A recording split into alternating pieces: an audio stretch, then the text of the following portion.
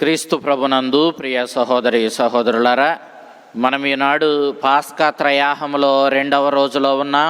ఈరోజు మనం పవిత్ర శుక్రవారంలో ఉన్న క్రీస్తు శ్రమల స్మరణ చేస్తూ, ఈనాడు క్రీస్తు మనందరి పాప పరిహారార్థం శిలువ మీద ప్రాణత్యాగం చేసినటువంటి ఆ ఘట్టాన్ని స్మరించుకుంటూ మనమందరము కూడా ఈనాడు ఇక్కడ సమావేశమై ఉన్నాం. శిలువ మరణం అనేది రోమియోలు విధించేటటువంటి శిక్ష. ఈ మరణాన్ని యేసుక్రీస్తు అనుభవించవలసి వచ్చింది. యేసుక్రీస్తు శిలువ మీద అవమానకరమైనటువంటి మరణాన్ని పొందాడు. నిజానికి క్రీస్తు మరణించదగ్గ పని ఏమీ చేయలేదు. అతనిలో పాపం లేదు, పాపం యొక్క వేతనమైన మరణం అతనికి లేదు. కానీ మనందరి తరపున క్రీస్తు శిలువ మరణానికి తనను తాను అప్పగించుకున్నాడు. ఉద్దేశపూర్వకంగానే అన్నీ తెలిసిన వాడై ఆ మరణానికి తనను తాను సమర్పించుకున్నాడు. పాస్క్వా గొర్రె వధించబడవలసిన స్థానంలో క్రీస్తు వధించబడ్డాడు. పాస్క్వా అనగా దాటిపోవడం. అలనాడు ఐగుప్తు బానిసత్వం నుంచి ఇశ్రాయేలు ప్రజలు బానిసత్వాన్ని ముగించుకొని దేవుడు వాగ్దానం చేసిన పాలు తేనెలు ప్రవహించే స్వేచ్ఛా స్వాతంత్ర్యాలతో కూడిన కానానుకు ప్రయాణమై వచ్చేటప్పుడు ఆ కడరాత్రి వాళ్ళు ఒక గొర్రెను వధించుకొని దాని మాంసాన్ని నిప్పుల మీద కాల్చుకొని దాని రక్తాన్ని గుమ్మాలకు అడ్డకమ్మికి నిలువు కమ్మికి పూసుకొని వారు ఆ పాస్క్వా విందును జరుపుకున్నారు. భుజించిన పాస్క్వా గొర్రె మాంసము ద్వారా పుష్టిని పొంది వారు కానానుకి, ఆ దేవుడు వాగ్దానము చేసిన పాలు తేనెలు ప్రవహించే ఆ సారవంతమైనటువంటి ఆ నేలకు ప్రయాణమై వెళ్ళారు. ఆ రీతిగానే ఈనాడు యేసుక్రీస్తు మనల్నందరినీ దాటవేయడానికి, పాపము నుండి సాతాను బానిసత్వం నుండి మనలను విడుదల చేయడానికి తనను తాను శిలువ పీఠం మీద అర్పించుకున్నాడు. వధించబడవలసిన పాస్క్వా గొర్రెగా క్రీస్తు బలి అయ్యాడు. మనమందరము ఆ క్రీస్తుని బలి ద్వారా, ఆ క్రీస్తుని శరీర రక్తాలైనటువంటి ఆయన శ్రమల ఫలమైన దివ్య సత్ప్రసాదాన్ని భుజించడం ద్వారా మనమందరము మన కానాను అయినటువంటి స్వర్గానికి ప్రయాణమై వెళుతూ ఉన్నాం. మనల్ని కానానుకు నడిపించే పుష్టిగల ఆహారము క్రీస్తుని శ్రమల మరణ పునరుత్థానాల ఫలమైన దివ్య సత్ప్రసాదము. ఆ క్రీస్తు ప్రభు శరీర రక్తాలు భుజించి మనమందరము ఇదిగో మన వాగ్దాన భూమి అయిన స్వర్గానికి పుష్టిని పొంది ప్రయాణం చేయగలుగుతూ ఉన్నాము. ఐగుప్తులో ఇశ్రాయేలీయులు వధించబడినటువంటి పాస్క్వా గొర్రె యొక్క రక్తాన్ని ఆ తలుపులు అడ్డకమ్మికి నిలువు కమ్మికి చిలకరించుకొని మరణపు దూత నుండి వాళ్ళు శిక్షను తప్పించుకున్నారు.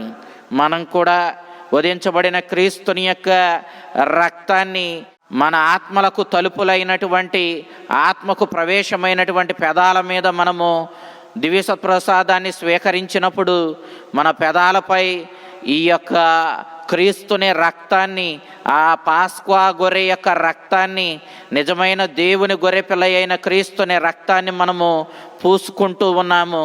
ఆ విధంగా మన ఆత్మలకు ద్వారమైన ఈ పెదాలపై మనము క్రీస్తుని యొక్క రక్తాన్ని పూసుకోవడం ద్వారా మనమందరము ఆ మరణం నుండి తప్పించుకుంటున్నాము.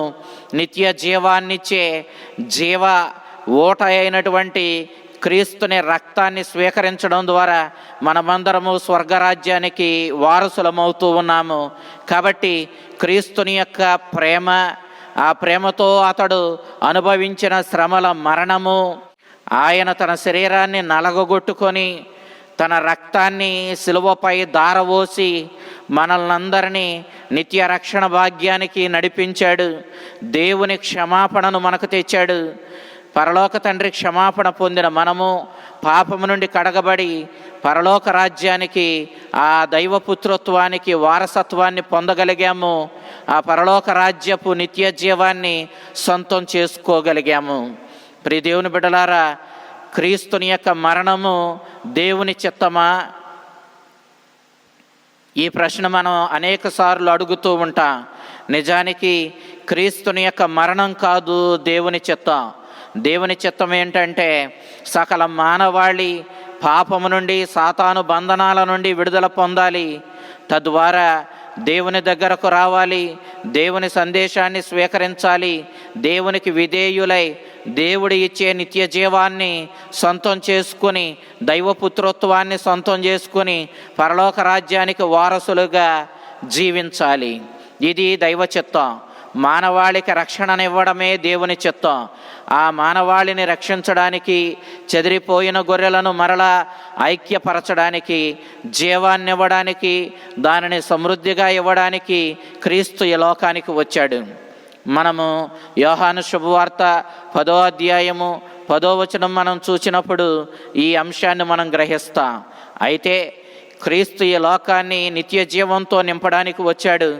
అయితే ఈ నిత్య జీవాన్ని మానవాళి నుండి దూరం చేస్తూ, మానవాళిని బానిసలుగా చేసుకొని పాపములో మ్రగ్గిపోయేలా, సాతాను బంధనాలలో చిక్కుకొని బయటకు రాలేనటువంటి మరణపు స్థితిలో ఉండిపోయేలా చేస్తున్నటువంటి ఆ దుష్టుణ్ణి క్రీస్తు నిత్యము ఎదిరించవలసి వచ్చింది.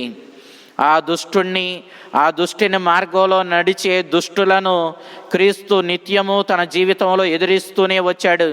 అయితే దుష్టులందరూ ఏకమై క్రీస్తుని శ్రమలకు గురి చేసి, అవమానానికి గురి చేసి, బాధామయ సేవకునిగా అతనిని గాయపరచి అతనిని చంపివేయడానికి, తద్వారా అతన్ని చేతగాని వాడిగా ఈ లోకానికి ప్రకటించడానికి కుట్ర పన్నారు.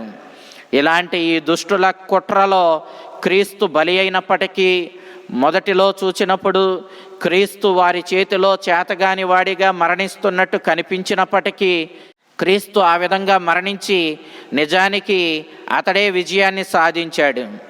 అతడు దుష్టులతో చేతులు కలపలేదు. వారి దుష్టత్వానికి, వారి కుట్రలకు, వారి యొక్క పన్నాగాలకు అతడు ఏమాత్రము వెనుకాడలేదు, మడము తిప్పలేదు. దేవునికి తనను తాను విధేయతను ప్రకటించాడు. దైవ చిత్తానికి లోబడ్డాడు. దైవ చిత్తము అతడు మానవాళిని ఐక్యపరచడము, మానవాళిని పాపము నుండి విడుదల చేయడము, మానవాళిని దేవునికి దగ్గర చేయడము, దేవుడిచ్చే నిత్య జీవంతో మానవాళిని నింపడమే. కాబట్టి క్రీస్తు ప్రేమతో ఆ కార్యాన్ని చేస్తూనే వచ్చాడు. స్వార్థపూరితమైనటువంటి మనసు కలిగిన దుష్టులు, ఆ దుష్టునితో చేతులు కలిపే ఆ దుష్ట బృందం యేసుక్రీస్తుని ప్రేమను ప్రశ్నించింది. యేసుక్రీస్తుని యొక్క ప్రేమ మార్గాన్ని శంకించింది. క్రీస్తుని యొక్క కర్తవ్యాన్ని నెరవేర్చనివ్వకుండా ఆపడానికి అనేక కుయుక్తులు, కుట్రలు చేసింది. అయితే క్రీస్తు తండ్రి చిత్తానికి బద్ధుడై కుట్రల్లోనూ, అవమానాలలోనూ, శ్రమల్లోనూ చివరికి మరణించవలసి వచ్చిన తండ్రికి విధేయుడై, తండ్రి చిత్తానికి బద్ధుడై జీవించాడు. ఆ విధంగా శ్రమల్లో కూడా తన యొక్క నిష్ఠాగరిష్టమైనటువంటి జీవితాన్ని ఈ లోకానికి ప్రకటించాడు. ఇంత నిష్ఠతో జీవిస్తున్న కుమారుణ్ణి చూచి పరలోకపు తండ్రి ఎంతో ఆనందించాడు. అయితే అసలు క్రీస్తు మరణం వరకు తండ్రికి విధేయుడై తనకు అప్పగించబడిన బాధ్యతను నెరవేరుస్తాడా, లేదా శ్రమలకు భయపడి ఈ లోక ఆనందాలు దుష్టుని వలె కోరుకొని ఈ లోకపు ఆనందాల కోసం దైవ చిత్తాన్ని విడిచిపెట్టి దేవుణ్ణి అశ్రద్ధ చేసి దేవునికి అవిధేయత ప్రకటించి ఆ విధంగా దేవుణ్ణి విస్మరిస్తాడా అనేటటువంటి ప్రశ్నలో క్రీస్తు దేవునికి విధేయుడై చివరికి మరణం కూడా తనను తండ్రి నుంచి వేరు చేయలేదని ఈ లోకానికి ప్రకటిస్తూ తండ్రి చిత్తానికి బద్ధుడై ఎన్ని నిందలు ఎదురైనా, ఎన్ని శ్రమలు ఎదురైనా, ఎన్ని కష్టాలకు గురి అయినా అన్నిటినీ సహించి చివరికి మరణానికి కూడా వెనుకాడకుండా తండ్రికే ప్రాధాన్యతనిచ్చి విధేయత ప్రకటించి ప్రేమతో జీవించి ప్రేమను పాటించి ఈ లోకానికి గొప్ప ఆదర్శాన్ని ఇచ్చాడు. అందుకే ప్రేమ, క్రీస్తుని యొక్క మరణంతో ప్రేమ గెలిచింది, స్వార్థం ఓడిపోయింది. క్రీస్తుకి స్వార్థాన్ని నూరిపోయాలని, స్వార్థంలోనే అసలు సిసలైన ఆనందం ఉందని ఎంతో ప్రయత్నించిన దుష్టుడు ఓడిపోయాడు. ప్రేమను నమ్ముకొని దైవ ప్రేమ, సహోదర ప్రేమను ప్రకటించి అదే ప్రేమ బాటలో జీవించిన క్రీస్తు దుష్టుని మాట విని స్వార్థంతో జీవించడం, ఒక్క క్షణం కూడా జీవించలేదు కాబట్టి, ప్రేమతోనే జీవితమంతా జీవించాడు కాబట్టి, ప్రేమతోనే చివరికి మరణాన్ని కూడా ఎదుర్కొన్నాడు కాబట్టి, క్రీస్తుని యొక్క మరణం ద్వారా ప్రేమ గెలిచింది, స్వార్థం ఓడిపోయింది. దుష్టుడు ఓడిపోయాడు. దుష్టుడు ఆ ప్రేమమయుడైన క్రీస్తుకి మరణాన్ని తెచ్చి ఏదో సాధించిన వాడిగా ఈ ప్రపంచానికి ప్రకటించాలనుకున్నాడు.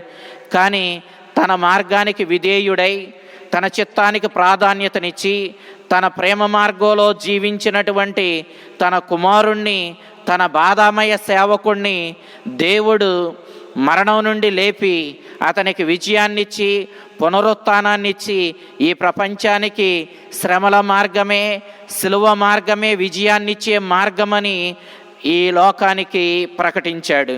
కాబట్టి దైవ చిత్తము క్రీస్తుని యొక్క శ్రమల మరణమేనని మనము ఆలోచించవచ్చు. కానీ నిజానికి క్రీస్తుని యొక్క శ్రమల మరణం కాదు దేవుని చిత్తము. సకల మానవాళిని తన కుమారుని ద్వారా రక్షించడమే దైవ చిత్తము. ఈ రక్షణ కార్యము ఆ కుమారుని శ్రమల మరణం ద్వారా నెరవేరిందని మనం ఈనాడు గ్రహిస్తూ ఉన్నా, తద్వారా మనం కూడా మన జీవితంలో శ్రమలనే సిలువలను మోసుకుంటూ మరణానికి కూడా వెనుకాడకుండా జీవిస్తూ మనము నిజమైన దేవుని యొక్క వాక్యాన్ని జీవితంలో పాటించే వ్యక్తులుగా, శ్రమలో నిందలో దాగిన ప్రేమ మార్గంలో జీవించే వ్యక్తులుగా, ఆ సిలువలను మోసుకుంటూ ఆ ప్రభుని అనుసరించి ఆ ప్రభు ఇచ్చేటటువంటి శ్రమల తరువాత వచ్చే మహిమను పొందే వ్యక్తులుగా, ఆ పునరుత్థానాన్ని, ఆ దైవపుత్రత్వాన్ని సొంతం చేసుకునే వ్యక్తులుగా జీవించాలని ఈనాటి క్రీస్తుని మరణం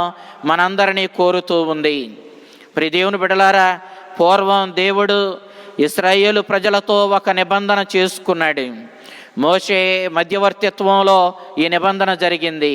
సీనాయి పర్వతం మీద దేవుడు తన ప్రజలైనటువంటి ఇశ్రాయేలీలతో నిబంధన చేసుకున్నప్పుడు ఒక గొర్రెను తీసుకొని మోషే వధించి దాని రక్తాన్ని దేవునికి గుర్తుగా ఉన్న పీఠం మీదను, అదేవిధంగా ప్రజలందరి మీదను, తన మీదను చిమ్ముకొని, ఈ రక్తము ద్వారా, ఇదిగో ఇది రక్తపు నిబంధన, దేవుడు మీతో ఏర్పరచుకున్న నిబంధన ఇది. ఈ నిబంధన ద్వారా మీరు దేవుని జీవంలో, దేవుని యొక్క వాగ్దానములో భాగస్థులవుతూ ఉన్నారు. అతడు మీ తండ్రి అవుతున్నాడు, మీరు ఆయన బిడ్డలవుతున్నారు, మీరు దేవుని జీవంలో పాలి భాగస్థులవుతూ ఉన్నారు. ఈ యొక్క ఒప్పందాన్ని దృఢపరుస్తూ, ఇదిగో ఈ ఒప్పందపు గొర్రెను ఈనాడు నేను వధించి దేవునికి బలి అర్పించి ఈ నిబంధనను దృఢపరుస్తున్నానని మోషే ఆనాడు ప్రకటించాడు. ఈనాడు రెండవ మోషే అయినటువంటి యేసుక్రీస్తు కూడా దేవునికి మానవులకు మధ్య నూతన ఒడంబడికను ఏర్పరిచాడు. ఈ ఒడంబడికలో ఏదో గొర్రెను వధించడం కాదు, స్వయంగా దేవుని గొర్రె పిల్లగా తనను తాను క్రీస్తు అర్పించుకున్నాడు. దేవుని యొక్క నిబంధన దైవ ప్రేమ, సహోదర ప్రేమ.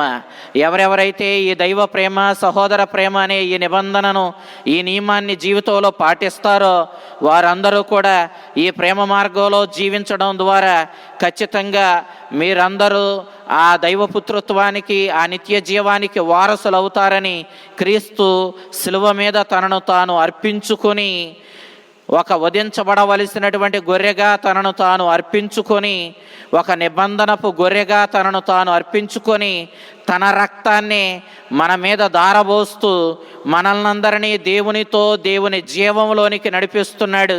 నిత్య జీవానికి, నూతన నిబంధనకు ఆయన ఒక గొప్ప బలిని, నిబంధన బలిని శిలువ మీద అర్పిస్తూ మన రక్షణార్థం అతడు బలి అయ్యాడు.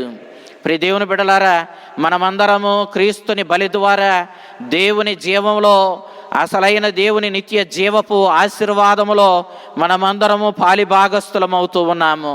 ఎవరెవరైతే క్రీస్తుని శ్రమల మరణంలో భాగస్థులవుతారో, ఎవరెవరైతే ప్రేమను పాటిస్తూ, క్రీస్తు సందేశాన్ని పాటిస్తూ, క్రీస్తు చూపించిన ఆ శిలువ మార్గాన్ని జీవితంలో అవలంబిస్తూ, శ్రమలలో దాగినటువంటి ఆ ప్రేమను పాటిస్తూ, ప్రేమలో దాగిన ఆ శ్రమలను భరిస్తూ ఎవరెవరైతే ఈ లోకంలో జీవిస్తారో వారందరూ ఈ నూతన నిబంధన ద్వారా దేవుని జీవంలో భాగం పొందుతారు, నిత్య జీవాన్ని పొందుతారు, పరలోక రాజ్యానికి వారసులవుతారు అని ఈనాడు క్రీస్తుని మరణం ఈ ప్రపంచానికి వెల్లడి చేస్తూ ఉంది.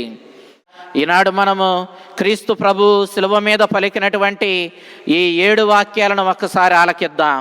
క్రీస్తు ప్రభు మొదటిగా పరలోక తండ్రిని ఉద్దేశించి, తండ్రి వీరేమి చేయుచున్నారో వీరెరుగరు, వీరిని క్షమించమంటూ పరలోక తండ్రికి మనవి చేశాడు. సాధారణంగా అంత భయంకరమైన స్థితిలో ఉన్న ఎవరైనా తనను హింసిస్తున్న వారిని క్షమించడం అనేది సామాన్యమైన విషయం కాదు. క్రీస్తు ఈ లోకానికి పాపులను క్షమించడానికి వచ్చాడు. నీ శత్రువును కూడా ప్రేమించమన్నాడు. కాబట్టి తాను మాటల ద్వారానే తన ప్రేమను వెల్లడి చేయడం కాదు, ఈనాడు అతడు ఎంతటి క్షమాపణను, ఎంతటి దైవ కారుణ్యాన్ని మనకు ప్రదర్శిస్తున్నాడో మనం చూచినప్పుడు అతడు వీరిని క్షమించమనడం మాత్రమే కాదు, అసలు ఎందుకు క్షమించాలో అంత దయనీయమైన స్థితిలో కూడా కారణాన్ని వెతికాడు. వీరేమి చేయుచున్నారో వీరికి తెలియదు కాబట్టి వీరిని క్షమించమని తనను హింసించి చంపుతున్న వారి తరపున ప్రభు ప్రార్థించాడు. నేటికి కూడా మనము పాపానికి ఆకర్షితులమై దేవుణ్ణి బాధిస్తూనే ఉన్న, పాపం చేస్తూ దేవునికి అవమానాన్ని కలిగిస్తూనే ఉన్న, పాప ఫలితంగా మనం మరణానికి గురి అయి దేవునికి చాలా వేదనను తీసుకొస్తూ ఉన్నాం. దేవుని బిడ్డలము నిత్య జీవంతో ఉండవలసిన వారిమి ఈనాడు మన పాపము ద్వారా, స్వార్థం ద్వారా, మనం ఇతరులను హింసించడం ద్వారా, ఇతరులను బాధించడం ద్వారా, ప్రేమలేని తత్వం ద్వారా మనము ఇతరులను బాధిస్తూనే ఉన్నాము. అలాంటి మనలను, అలాంటి పాపాత్ములమైన మనలను ప్రభు క్షమించమని పరలోక తండ్రికి ఇక్కడ ప్రార్థన చేసినట్లుగా మనం చూస్తూ ఉన్నాం. ఇక రెండవ అంశంగా, నేడే నీవు నాతో కూడా పరలోకములో ఉంటావు అని చెప్పి తన దగ్గర అటు ఇటు ఒక రాజుకి సైనికులు ఉన్నట్లుగా క్రీస్తుని సిలువకు ఇరువైపులా ఒక మంచి దొంగను, అదేవిధంగా చెడ్డ దొంగను ఇద్దరిని సిలువ వేసినప్పుడు మంచి దొంగ ప్రభువుని, అతని యొక్క నిజాయితీని, అతని యొక్క కారుణ్యాన్ని గ్రహించినటువంటి వాడై ప్రభువుని క్షమించమని అడుగుతూ ఆ ప్రభువుని ప్రార్థన చేసినప్పుడు ప్రభు అతనితో అంటూ ఉన్నాడు, నేడే నీవు నాతో కూడా పరలోకములో ప్రవేశిస్తావు అంటూ ఉన్నాడు. క్రీస్తుని యొక్క కారుణ్యము, కృప మనం అర్థం చేసుకోవాలి. చిట్ట చివరి క్షణంలో కూడా ప్రభువు తన తప్పును గుర్తించి తనను క్షమించమని అడిగినటువంటి ఆ మంచి దొంగను క్షమించాడు. ఎల్లలో లేని కారుణ్యము, ఎంత దుర్మార్గుణ్ణైనా క్షమించే క్షమాపణ క్రీస్తులో మనకి కనపడుతూ ఉంది. మనం నిరాశపడడానికి ఏమీ లేదు. మనం ఎలాంటి దయనీయమైన స్థితిలో మనమున్నా ప్రభు దగ్గరకు వచ్చినప్పుడు తప్పకుండా ప్రభువు ఎంత ఘోరమైన పాపులుగా మనమున్నా మనల్ని క్షమించడానికి చిట్ట చివరి క్షణములో నువ్వు క్షమించమని అడిగిన నిన్ను క్షమించడానికి ఆయన సంసిద్ధుడై ఉన్నాడు. కాబట్టి చిట్ట చివరి క్షణం కోసం ఎదురు చూడకుండా నేడే ఇది రక్షణ దినమని గ్రహించి ప్రభు కారుణ్యాన్ని, కృపను, క్షమాపణను అర్థం చేసుకొని అంత క్షమాపణ కలిగిన ప్రభు దగ్గరకు వచ్చి, ఆ కారుణ్యమూర్తి దగ్గరకు వచ్చి మన పాపాలకు క్షమాపణ అడుగుకొని పాప సంకీర్తనము చేసి మంచి పవిత్రమైనటువంటి దేవుని బిడలుగా జీవించడానికి ఈనాడు ప్రభు మనల్ని పిలుస్తూ ఉన్నాడు. ఇక మూడవ అంశంలో ఈనాడు మరియ తల్లిని మనందరికీ తల్లిగా ప్రసాదిస్తూ ఉన్నాడు. అక్కడ ప్రభు యొక్క శ్రమల మరణాన్ని వేదనతో తిలకిస్తూ నిలబడినటువంటి మరియ తల్లి, అదే రీతిలో అక్కడ నిలబడిన తనను ప్రేమించిన శిష్యుడైన యోహానులను చూచి ఈనాడు క్రీస్తు ప్రభు మరియ తల్లిని యోహానుకు తల్లిగా ఇస్తూ, యోహానును మరియ తల్లికి బిడ్డగా ఇస్తూ ఉన్నాడు. ప్రియ దేవుని బిడ్డలారా, క్రీస్తుని యొక్క శిలువ మరణం ద్వారానే ఈ లోకము రక్షించబడింది. ఎవరెవరైతే యేసుక్రీస్తుని యొక్క శిలువ మరణం ద్వారా రక్షణ ప్రాప్తించిందని గ్రహిస్తారో, ఎవరెవరైతే ఆ శిలువ మరణం పొందిన క్రీస్తు దగ్గరకు వస్తారో వారందరూ కూడా మరియ తల్లికి బిడ్డలవుతారు, క్రీస్తుని రక్షణానుగ్రహాలు పొందుకుంటారు. ఈనాడు ఈ సువార్తకారుడైనటువంటి యోహాను క్రీస్తుని యొక్క రక్షణానుగ్రహాలు కోరుకొని ఆయన శిలువ దగ్గరకు వచ్చే సమస్త క్రైస్తవులకు సూచనగా ఉన్నాడు. ఆ విధంగా క్రీస్తుని రక్షణానుగ్రహాలు కోరుకొని ఆయన శిలువ దగ్గరకు వచ్చి ఆయన మరణాన్ని యోచించి ఆ మరణంలో దాగిన ప్రేమను కారుణ్యాన్ని గుర్తించిన ప్రతి ఒక్కరికి మరియ తల్లి తల్లిగా ఉంటుంది. ఈనాడు మరియ తల్లి అనేక దర్శనాలు ప్రపంచమంతా అందిస్తూ తన బిడ్డలైనటువంటి ఈ మానవాళిని తన కుమారుని దగ్గరకు, తన కుమారుని రక్షణానుగ్రహాల దగ్గరకు నడిపిస్తూనే ఉంది. తన తల్లి బాధ్యతను ఆ తల్లి ఈనాటికి కూడా నెరవేరుస్తూనే ఉంది. ఆ తల్లి మనందరి శాశ్వతమైన తల్లి, ఆధ్యాత్మికమైన తల్లి. ఆమె తల్లి, మనమందరము ఆమె బిడ్డలము, శాశ్వతమైన ఆమె బిడ్డలము.